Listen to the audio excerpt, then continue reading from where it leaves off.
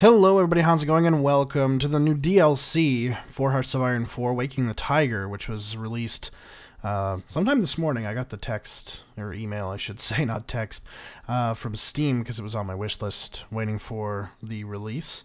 And yeah, so it was released this morning and I've had a chance to play around with it. Didn't take too long to really, get a decent grasp of what's going on. I mean, there was a good amount changed, but at the same time there also wasn't. So, first of all, do I think the DLC is good? Let's not even talk price of the DLC. We can talk about that later. But do I think the DLC overall is decent? And I think yes. I think there are enough. There's some changes in here that, while it could have been done with mods, would have been excruciatingly difficult, and they do better the game a fair bit. So, the first thing, of course, are the national focus trees. China has like an actual fucking one. Chinese Republic or Communist China, you can guide them through. It's a nice focus tree. It's not OP, but I did find, and I don't have any footage of it and stuff because I kind of just kept playing and forgot that I was playing China.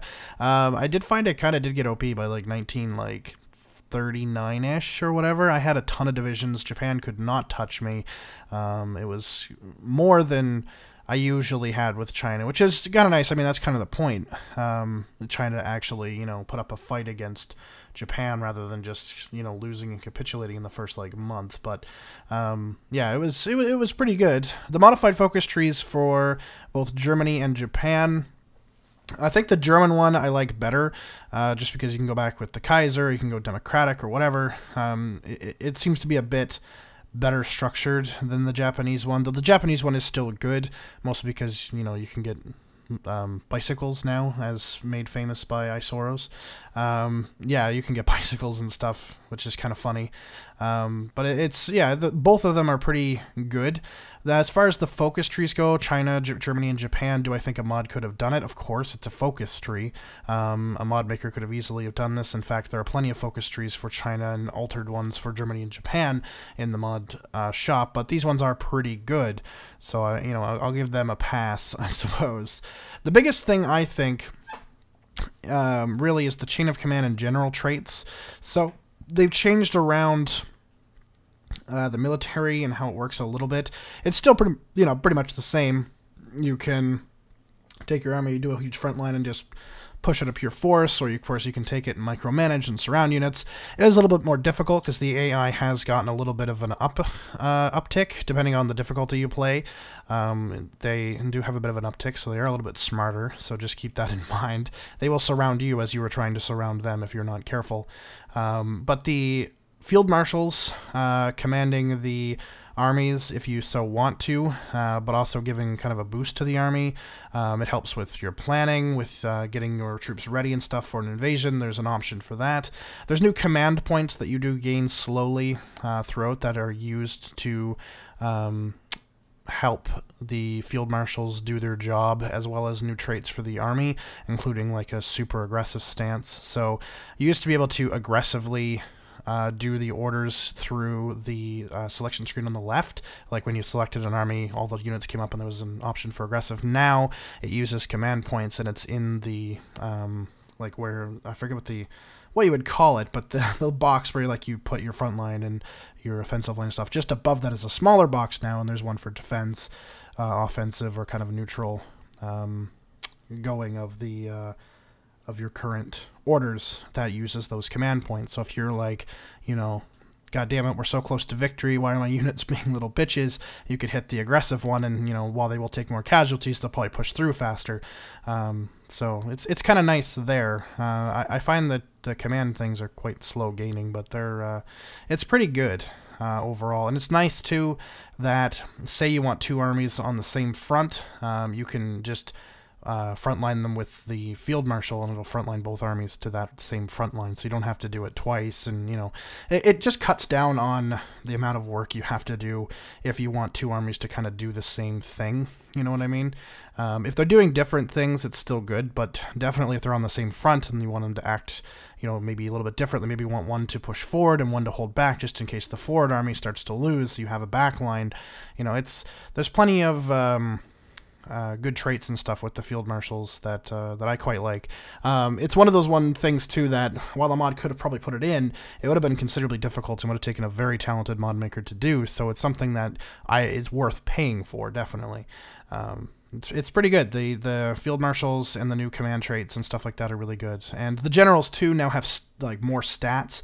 So when you're choosing your general, it has a lot more stats on the tree there. You know, it shows like their aggressiveness and how good they are defending and all that kind of stuff, which is kind of nice because you can kind of pick and choose depending on the war that you're looking at facing. Say you're going against Poland as Germany, you probably want somebody who's going to blitz through, whereas if you're, say, the USSR is about to declare war on you, you want somebody that's better with defense. So it's kind of interesting how they've done that now, so it's a little bit easier to pick generals that are going to suit what you're doing in the battlefield. So that's pretty good.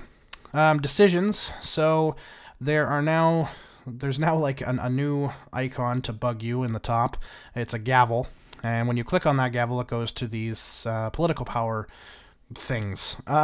So depending on what nation you're playing, they'll all be entirely different. For example, the one that I'm doing is Germany, so it has stuff like, you know, democratic crackdowns, snuffling out the press, war propaganda, stuff like that that can boost your troops' morale, that can boost your population's want for a war against, say, Poland, and different kinds of things. And Germany also has to pay a certain amount of political power points every like month or so, I think, for payments. Those eventually do go away once, you know, World War II really breaks out. But it's interesting, and it's nice that we have something, because like after, you know, besides changing your conscription laws, after you get all of your, you know, commanders and stuff in a row, and especially if you're playing a mod that doesn't even have them, political power becomes essentially useless, with the exception of like helping your stability. It's essentially toothless after a certain point. So this actually gives it a point beyond just, you know, assigning some military theorists and people to design tanks for you, and click scraping the barrel when you're, you know, close to the end of your days. It gives it a little bit more oomph to the political PowerPoints, which I quite like. It does give another thing to micromanage, but I mean, it is a strategy game.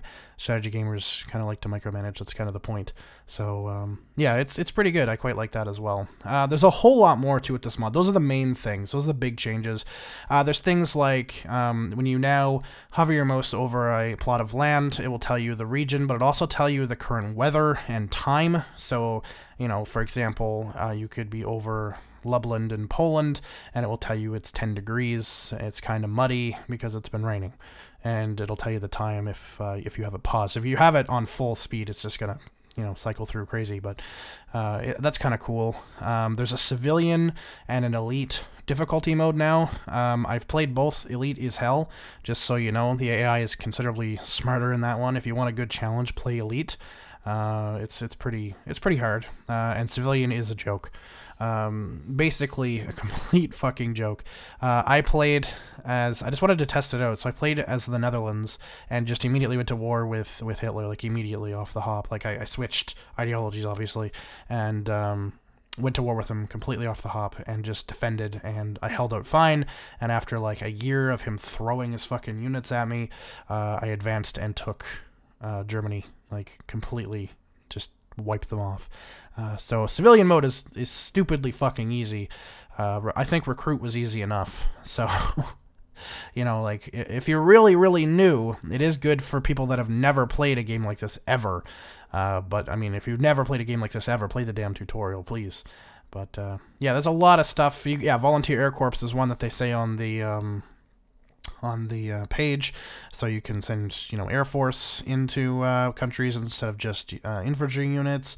You can actually get equipment from the battlefield, so as you fight and like you kill off units and stuff, you can actually get more. You can keep your units equipped so that you can continue producing units instead of, you know, getting into a large war. Usually your unit production halts because all of the equipment's going to the front, so this actually helps a little bit with that. Acclimatizing troops I didn't really get into. I didn't really have, I just didn't really get into it because I got into a war with Russia, but it was just brutal. So that's something I still have to kind of look into and see how that actually affects anything, but I don't think it really does. Other than that, there's a lot of like itty bitty changes and stuff like that. Definitely pretty awesome. The only thing I have to say is the price. So I'm in Canada.